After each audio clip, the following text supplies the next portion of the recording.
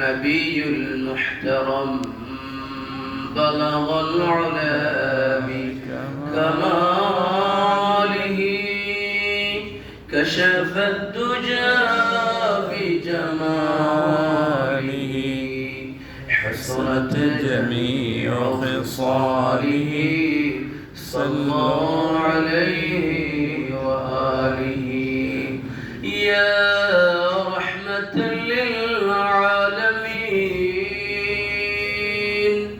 أنت شافع المذنبين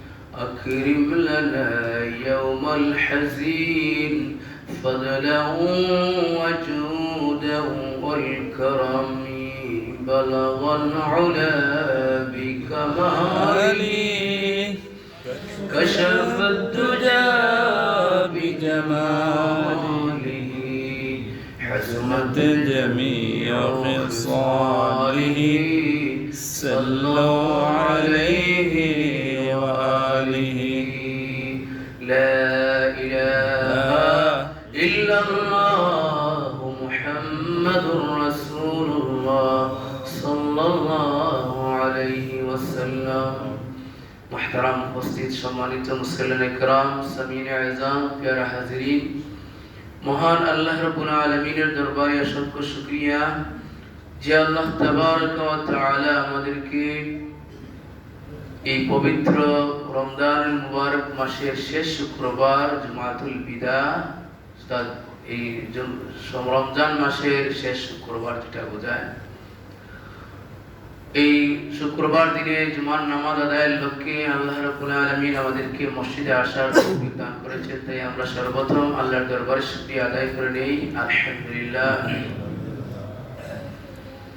আল্লাহ তাবারক ওয়া তাআলা আমাদেরকে পবিত্র রমজান মুবারক এক মাস ফরজ করেছেন আমরা সিয়াম সাধনা করেছি তো আমাদের সিয়াম সাধনা আল্লাহর দরবারে কতটুকু কবুল হয়েছে বা না হয়েছে আমরা জানি না তবে আমরা আশা রাখি আল্লাহর কাছে আমরা প্রার্থনা করি যে আল্লাহ আমাদের এই সিয়াম সাধনাকে কবুল মঞ্জুর করুক আমিন আমিন তো রমজানুল মুবারক মাসের শেষ যে দিনগুলা আল্লাহর নবী যখন শেষ 10 দিন আসতো আল্লাহর নবী আমলিতের দিক দিয়ে আরো বেশি আগ্রহী হতেন পরিবার পরিজনকে রাত্রে জাগাইয়া রাখতেন রাসূল করিম সাল্লাল্লাহু আলাইহি ওয়াসাল্লাম নিজের লঙ্গিকে বা পায়জামাকে ভালোভাবে বেঁধে আল্লাহর ইবাদতে কি হতেন বেশি বেশি ইবাদতে মশগুল হতেন কারণ রমজানুল মুবারক মাস আমরা জানি প্রথম 10 দিন রহমতের দ্বিতীয় 10 দিন মাগফিরাতের মিশকাত শরীফের হাদিস দ্বিতীয় 10 দিন হচ্ছে নাজাতের আল্লাহ তাবারক ওয়া তাআলা রমজানুল মুবারক মাস প্রবেশের সাথে সাথে আল্লাহ রাব্বুল আলামিন জান্নাতের দরজা খুলে দেন জাহান্নামের দরজা বন্ধ করে দেন রহমতের দরজা খুলে দেন তারপরে আসমানের দরজা খুলে দেন সুবহানাল্লাহ এবং জান্নাতে যারা দায়িত্বশীল ফেরেশতা আছেন তাদেরকে নির্দেশ দেন ইস্তাইদ্দি ওয়া তাযায়্যানি লিইবাদি যে আমার বান্দাদের জন্য কি করো জান্নাতকে সাজাও সুশোভিত করো সুবহানাল্লাহ এবং আল্লাহ রাব্বুল আলামিন আরো ডাকেন প্রতিদিন প্রতি রাতে হাদিসের প্রতি রাতের কথা আসছে যে ইয়া বাগিয়াল খায়র আকবিল এই কল্যাণের অন্বেষণকারী তোমরা কি করো দ্রুত অগ্রসর হও এটা হচ্ছে একটা সুবর্ণ সময় সুবর্ণ সুযোগ এই মাসে একটা নফল আমল করলে এটা মিশকাত শরীফের হাদিস এই হাদিসের আগে রয়েছে যে একটা নফল ইবাদত করলে আল্লাহ রাব্বুল আলামিন ফরজ ইবাদতের সওয়াব দান করেন সুবহানাল্লাহ একজন মানুষ যদি সারা জীবন যদি নফল নামাজ পড়ে তাহলে এক রাকাত ফরজ নামাজের সমান হবে না সুবহানাল্লাহ বা একজন মানুষ যদি সারা জীবন সে রোজা রাখে নফল রোজা তাহলে রমজান মাসের একটা রোজার সমান হবে না সুবহানাল্লাহ তাই আল্লাহ তাবারক ওয়া তাআলা বলেন কল্যাণের অন্বেষণকারী দ্রুত অগ্রসর হও এই মাসে নফল আমল করলে ফরজের সওয়াব দান করবেন, ফরজ আমল করলে আল্লাহ রাব্বুল আলামিন 70টা ফরজের সওয়াব দান করবেন। সুবহানাল্লাহ। তাহলে এই মাস হচ্ছে অত্যন্ত একটা গুরুত্বপূর্ণ মাস। আরো হাদিস শরীফে আছে রোজাদার ব্যক্তির ঘুম ও ইবাদত, রোজাদার ব্যক্তির শ্বাস প্রশ্বাস তাসবিহ ইত্যাদিতে রয়েছে। রোজাদার ব্যক্তি নীরব থাকাটাও তার জন্য ইবাদত। যে রোজা রেখে আমি কি করব, অনর্থক কথা বলবো না, অনর্থক বেহুদা কাজ করব না, এর চেয়ে নীরব থাকাটাই কি ইবাদত, কারণ ফরজ ইবাদতের মধ্যে আমি আছি। তো এই রোজা রাখতে গিয়ে আমরা যেহেতু আমরা মানুষ, রমজান আসার সাথে সাথে আল্লাহ শয়তানকে বেঁধে ফেলেন, তারপরেও আমরা কি করি, অন্যায় কাজ করি, অশ্লীল কথা এসে যায়, ফাহিশা কথা এসে যায়, খারাপ কাজ করেই বেশি। এটা হচ্ছে আমাদের অভ্যাস। আমরা যে 11 মাসে আমরা যে অভ্যাসে আমরা থাকি, যে অভ্যাসে আমরা জীবনযাপন করি, অভ্যাস আমাদের থেকে যায়। মানুষের অভ্যাস পরিবর্তন করতে হলে খুবই পরিশ্রম করতে হয়, খুবই সচেতন হয়ে, খুবই চেষ্টার মাধ্যমে অভ্যাস পরিবর্তন হয়। অভ্যাস মানুষ হঠাৎ পরিবর্তন করতে পারে না। একজন মানুষ তার একটা অভ্যাস ছিল, সে চাচ্ছে পরিবর্তন করতে, হঠাৎ দেখা যাবে তার মধ্যে এই অভ্যাস চলে আসছে। এটা মানুষের অভ্যাস হয়ে গেলে। তাই আমরা এই যে আমরা যদি এগুলা করে থাকি, তাহলে আল্লাহ রাব্বুল আলামিন এটার জন্য একটা ব্যবস্থা রাখছেন, সেটা হলো ফিতরা দেওয়া। এটা আমরা ফিতরা দিয়ে থাকি। তো এবার ফিতরার সর্বনিম্ন যেটা নির্ধারণ করা হয়েছে সেটা হলো 110 টাকা, যেটা হলো গম অর্ধশা। অর্ধশা গম হচ্ছে 1 কেজি 650 গ্রাম, আর একশা হচ্ছে 3 কেজি 300 গ্রাম। তো শুধু গম দিলে, গমের মূল্য ধরলে সে একশাও দিতে পারবে, অর্ধশাও দিতে পারবে। অর্ধশা যদি 110 টাকা হয়, তাহলে একশা হবে 220 টাকা হবে। আর বাকি 5টা জিনিস দিয়ে ফিতরা দেওয়া, এটা হলো গম বা আটা, অর্ধশা বা একশা, আর বাকিটা পুরো একশা দিতে হবে। জব, খেজুর, কিশমিশ, পনির এগুলাতে দিলে একশাই পুরা দিতে হবে।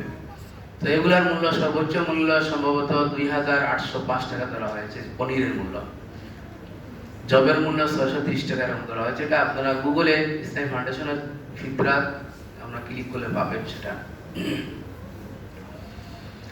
তাহলে এটা হচ্ছে দুইটা কারণ। একটা হচ্ছে আমাদের রোজা রাখতে গিয়ে আমরা অনেক সময় ভুল ত্রুটি করে ফেলি, তাহলে আমরা এই ভুল ত্রুটির মাসুল দেওয়ার জন্য একটা ফিতরার ব্যবস্থা আল্লাহ রাখছেন।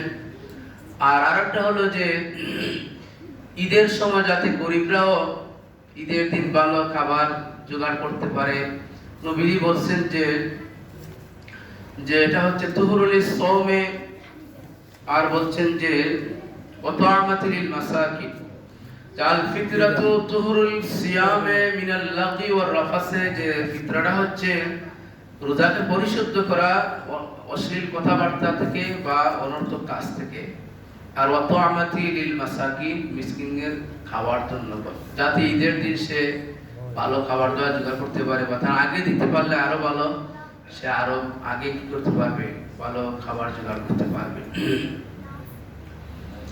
এখন রোজা অবস্থায় যদি রোজা অবস্থায় যদি কোনো মানুষ ভুলে খেয়ে ফেলে, তাহলে নবীজি বলছেন যে তার রোজা রয়েছে, আল্লাহ তাকে খাওয়াইছেন, আল্লাহ তাকে পান করাইছেন, এটার জন্য কোনো কাজা কাফারা দেওয়া লাগবে না কেউ ভুলে খেয়ে ফেললে।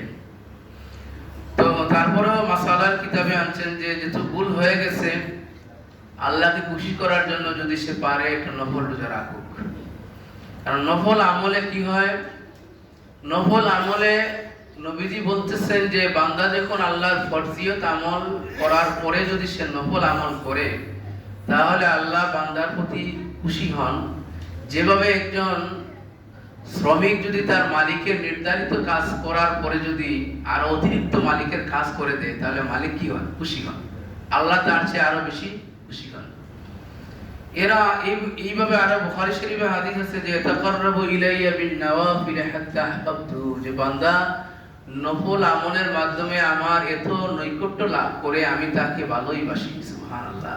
এবং ভালোবাসে আল্লাহর বলতে হাদিসে কুদসিটা যে কালামাহু কালামি, তার কথা আমি আল্লাহর কথা হয়ে যাই, ইয়াদাহু ইয়াদি, তার হাত আমি আল্লাহর হাত হয়ে যায়, ইয়ামশাহু ইয়ামশি, তার হাঁটা আমি আল্লাহর হাঁটা হয়ে যায়, সুবহানাল্লাহ। সে মুস্তাজাবুদ দাওয়াত হয়ে যায়, অর্থাৎ সে আল্লাহর কাছে কোনো কিছু প্রার্থনা করলে আল্লাহ কি করেন, কবুল করে। তো আল্লাহর ওলি বা আল্লাহর নৈকট্য লাভ করতে হলে, ঘনিষ্ঠ নৈকট্য লাভ করতে হলে ফরজিয়ত আমলের পাশাপাশি যদি নফল আমল, নফল নামাজ, নফল রোজা, নফল ইবাদত বন্দি করি, তাহলে আল্লাহর আরো নৈকট্য, আর বন্ধুত্ব হাসিল করতে পারবো। তো একদিন বলতেছিলাম যে মানুষের কিছু ইমান, কিছু স্তর বলতেছিলাম যে একজন মানুষ যখন 5 ওয়াক্ত নামাজ পড়ে, সে যদি যখন নামাজের সময় আসে, যতক্ষণ সে নামাজ পড়ছে না, পড়ে নাই, ততক্ষণ তার মাঝে শান্তি আসবে না, নামাজের রক্ত আসছে। এলো প্রথম স্তর ধরে নিলাম। তার আরেকটা স্তর যদি উপরে যায়, যে মানুষ 5 ওয়াক্ত নামাজ পড়ে, সে যদি জামাতের সাথে নামাজ পড়ে, সে যদি জামাত মিস হয়ে যায়, তাহলে সে একা একা নামাজ পড়ে তৃপ্তি পাবে না। এটা যারা পড়েন তারা অবশ্যই বুঝতে পারবে। তাহলে এটা আরেক স্তর উপরে গেল। তো যে মানুষ 5 ওয়াক্ত নামাজ পড়ে এবং নফল নামাজ পড়ে, তাহাজ্জুদের নামাজ পড়ে, সেই মানুষ যদি তাহাজ্জুদের নামাজ যদি কোনোদিন মিস হয়ে যায়, তাহলে ওই দিন তার দিনে ভালো লাগবে না। যারা নিয়মিত তাহাজ্জুদ পড়ে, তাহলে এটা আরো স্তর উপরে গেলাম। এইভাবে যদি আমরা স্তরের এগিয়ে যাই, যদি যে মানুষ আপনার সর্বদা আল্লাহকে স্মরণ করে, সর্বদা, আমরা প্রতিদিন যে শ্বাস প্রশ্বাস ত্যাগ করি, আমরা কোনোদিন হিসাব তো রাখি নাই, আমরা 33,000 বার শ্বাস ত্যাগ করি এবং গ্রহণ করি, সুবহানাল্লাহ।